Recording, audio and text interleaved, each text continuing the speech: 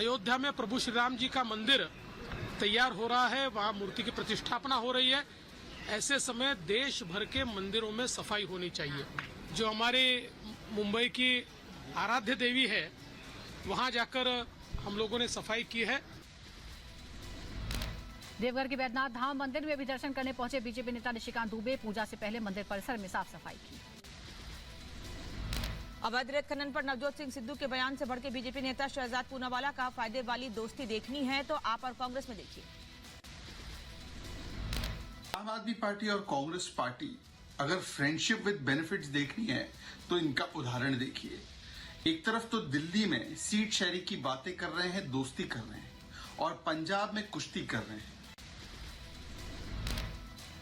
आप सांसद राघव चड्ढा का बड़ा बयान, कहा चंडीगढ़ मेयर का जीतेंगे चुनाव। साथ ही बोले INDIA गठबंधन को मिलेगी जीत। इंडिया गठबंधन बतौर गठबंधन भाजपा का सामना करने जाना, चंडीगढ़ मेयर चुनाव लड़ेगा और एक ऐतिहासिक निर्णायक जीत दर्ज कराएगा। झारखंड के मुख्यमंत्री हेमंत सोरेन ने ईडी के 8वें समन पर जवाब दिया है। 20 जनवरी को पूछताछ के लिए विभाग के अधिकारियों के सामने सवाल का सामना करेंगे।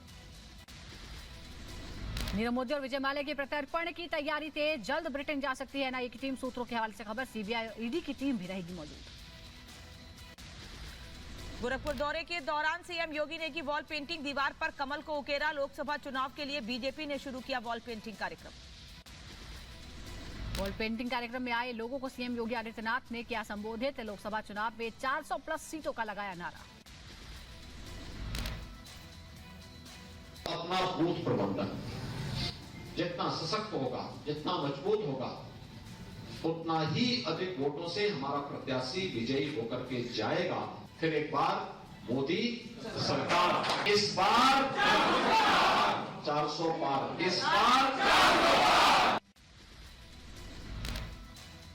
गोरखपुर दौरे पर सीएम योगी आदित्यनाथ जनता दरबार लगाकर सुनी लोगों की फरियाद, दिया हर संभव मदद का आश्वासन। राजस्थान के बांसवाड़ा में निकली विकसित भारत संकल्प यात्रा। प्रदेश के मुख्यमंत्री भजनलाल शर्मा भी शामिल हुए। यात्रा के दौरान लोगों को सरकारी योजनाओं के बारे में जागरूक किया गया।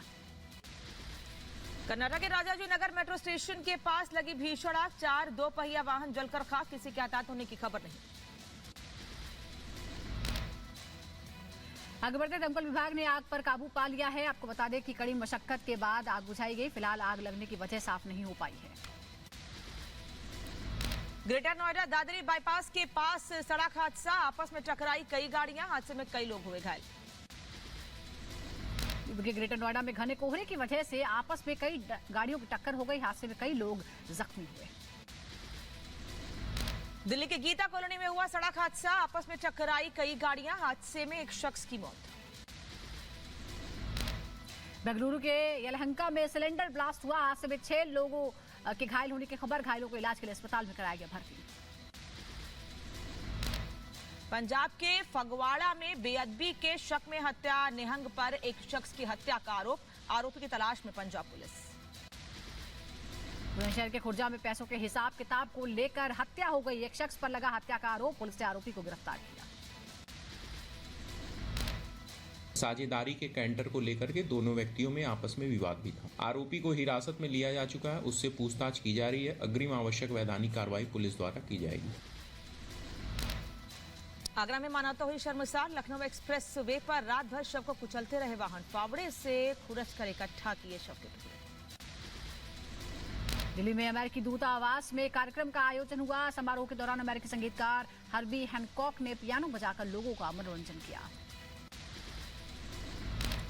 दिल्ली में गणतंत्र दिवस को लेकर तैयारियां तेज, कर्तव्य पथ पर दिल्ली पुलिस महिला बैंड ने की मार्चिंग प्रैक्टिस, जवानों का जोश आई। दिल्ली में कोहरे का कहर जारी है, बढ़ती धुंध की वजह से कई ट्रेनें लेट हो गई हैं, यात्री परेशान। राजधानी दिल्ली में कोहरे का कहर बरकरार, धुंध के चलते 30 उड़ानों में देरी हुई है, यात्रियों को परेशानियों का सामना करना पड़ रहा है। अभी भी कोहरे की चपेट में है राजधानी दिल्ली, धुंध के चलते विजिबिलिटी बेहद कम हो गई है, राहगीरों के लिए बड़ी परेशानी। उत्तर प्रदेश के प्रयागराज में भी छाया घना कोहरा, तापमान में भी आई गिरावट, लोगों का ठंड से बुरा हाल। वाराणसी में ठंड का सितम जारी है, लोगों का हुआ बुरा हाल। ठंड से बचने के लिए अलाव का सहारा ले रहे हैं लोग। बिहार के मुजफ्फरपुर में 22 जनवरी तक शिक्षा संवाद अभियान जारी। विद्यार्थियों के अभिभावकों को बुलाकर शिक्षक करेंगे संवाद। चिली के टालका में हादसे का शिकार हुआ विमान, घटना में पायलट की मौत, 4 लोग जख्मी। सैन फ्रांसिस्को के दक्षिण में मिला दुर्घटनाग्रस्त विमान, हाल ही में हुआ था क्रैश। मलबे का निरीक्षण करने में जुटे अधिकारी।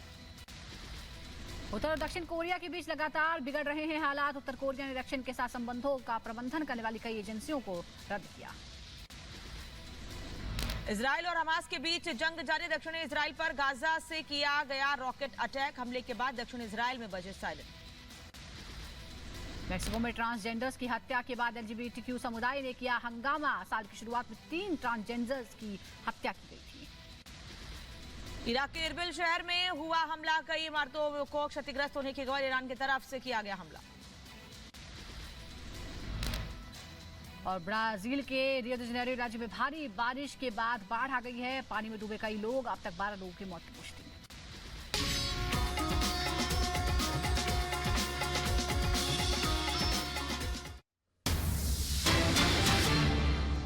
और एक और बड़ी खबर इस बीच अयोध्या से बता दें आपको, शारदा पीठ के शंकराचार्य ने बयान दिया है।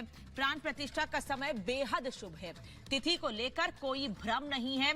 और लगातार धर्मगुरु यही बात कह रहे हैं कि किसी तरह का कोई भ्रम नहीं है तिथि को लेकर। कल जब श्री रविशंकर से रिपब्लिक मीडिया नेटवर्क के एडिटर इन चीफ ने बातचीत की थी तो श्री रविशंकर ने भी यही कहा था। और अब शारदा पीठ के शंकराचार्य कह रहे हैं कि प्राण प्रतिष्ठा का समय बेहद शुभ है।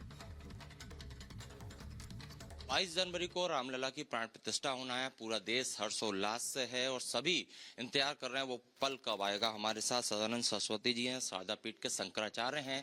हम उनसे एक्सक्लूसिव बातचीत करेंगे।